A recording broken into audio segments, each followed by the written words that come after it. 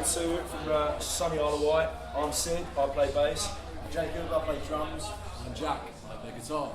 And this is Sai, he stalks us wherever we go.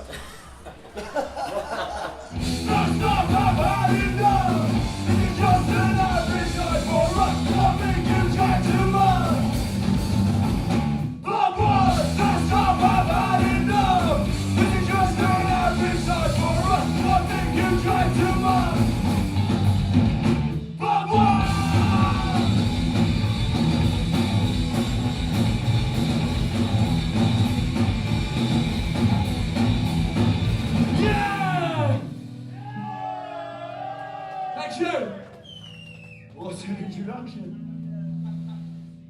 What's your local punk scene? How did you get Oh, there ain't one. Yeah, good joke, mate. We're from the Isle of Wight. Exactly, that's what I wanted. 40 years. Where's it come from? The fact it's come from the Isle of Wight. That's not the first thing I think of either. That's a good question. No, I haven't really got. Where's the punk scene come from? No, from like us. It's only him. It's just because his dad was a skinhead. He was raised as one as well. Yeah, Before me and Jake met Sid, I didn't know what the fuck punk was. Do you know what I mean? Unknown territory, otherwise known as shame. Break the routine, every day doesn't get to be the same. Check your phone, delete every message you don't want to know. Leave your house with your eyes to the ground. Not to escape this time or time. If you want to do well on the Isle of Wight, you've got to get off the islands. You just have to get out there. How do you do that? Well, actually, we were lucky enough to know a guy that run a pub in Gosport, and he booked us just like purely for shits and giggles. That was the only way I can put it. He was like, yeah, like whatever, come over and do a 20-minute set supporting a local band called Night of Treason.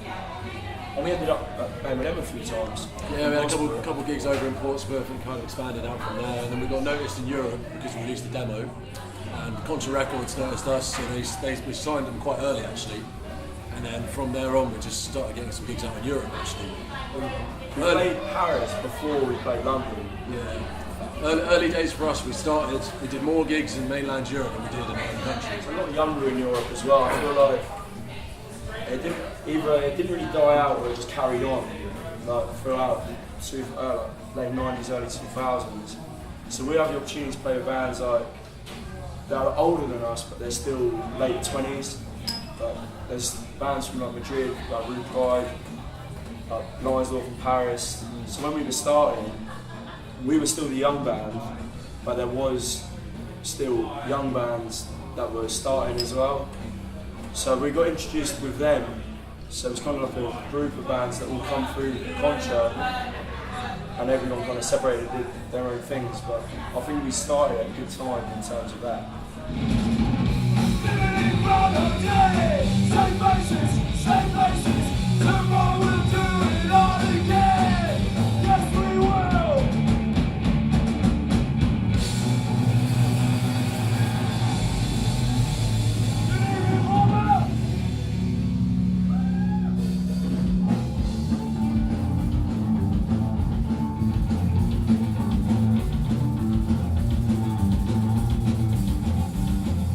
We don't tour in a van in the UK. National Express, Southern Rail, Virgin. Like we travel. Yeah, we did a tour.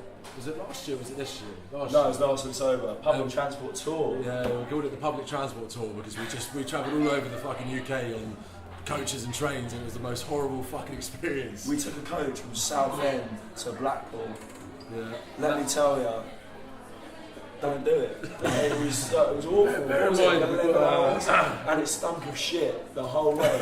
He's got all his snare cymbals, we got our guitars, a fucking fat bag of merch. It's not an easy travel. I was going to say, you're lugging all that equipment with you. Yeah, everything. And whenever we tell people, oh yeah, we got the coach up, they're like, you fucking what? Yeah. You've got the coach. Yeah. Well, we don't drive, but we can't afford to hire a car. Like, we can't So afford yeah, to we drive. travelled like 10 bags. But obviously, there's the other side of it. When we play in Europe, we do have the van. We did a tour recently, Wishes Green, where it was their van, and we talked with them, and that was like a really long one. How long was it? 28 days? Yeah. So that was just in a van constantly, and that was pretty. It kind of drives you to alcoholism. Do you know what I mean? Because like after a while, it drives you insane, especially with the boys at Bishop's Green and nutcases. So you do you do find you just fucking start drinking a lot.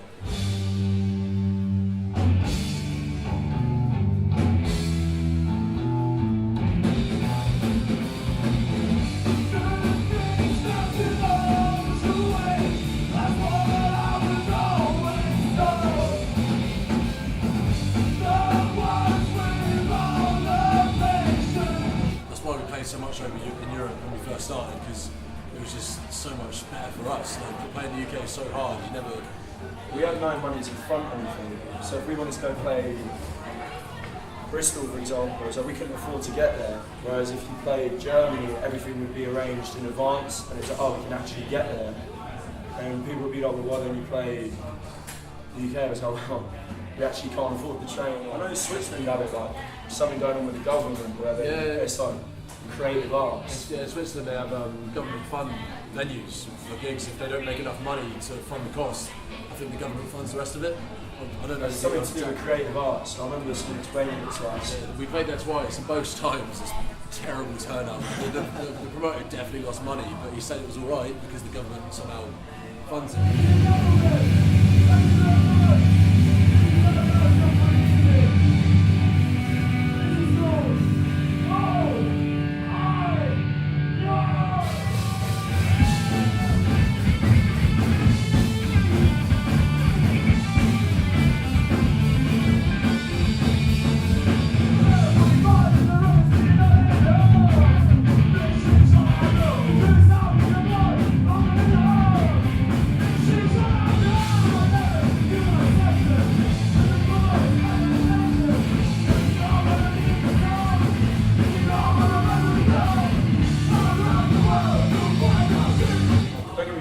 Playing major cities is not too hard because there's always more than just the one option. Let's say when you come to Bournemouth, there's normally only like one venue you can actually play, and if that closes down, Bournemouth's then off the list for touring. Yeah, it's just you need those bars and little venues to promote the scene, don't you? Like, do you know what I mean? And when you're coming up as well, all the new bands, they've got nowhere to go if they don't have those bars, do they? So you can't go from a pub gig to an O2 Academy.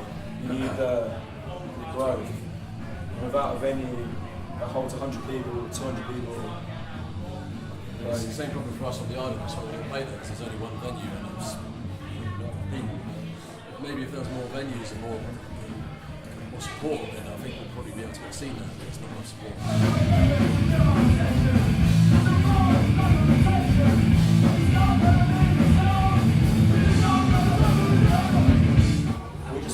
As much as possible. So if we got an offer like this come in to do a small gig, so why not? What else are we going to be doing? We'll do anything we can, do you know what I mean? We'll take the big gigs, we'll take small gigs, just fill our fucking schedule because we've got nothing better to do. You never know, like, 2 people in here could have had like the best night ever, and it makes it worth it anyway. Even if you play to a room with 1,000 people, or you play to a room of whatever it was tonight, and as long as they enjoyed it just as much, and that's what it's all about, really, isn't it?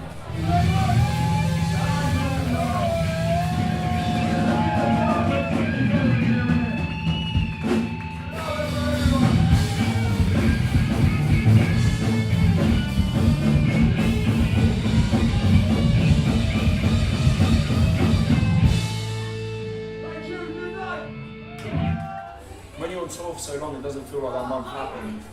So you'll go away for a month, then you'll come home and it'll be like, oh shit, we're in June. Like, where did May go? Yeah, it's been absolutely amazing. We've got crazy experiences like we've had when we got only kids, do you know what I mean? Like from what, like 14 to now 20 years old, we've done so much shit that nobody could say they've done. And we're just fucking lucky now. We're so lucky that we got this, shit. Like, it's crazy.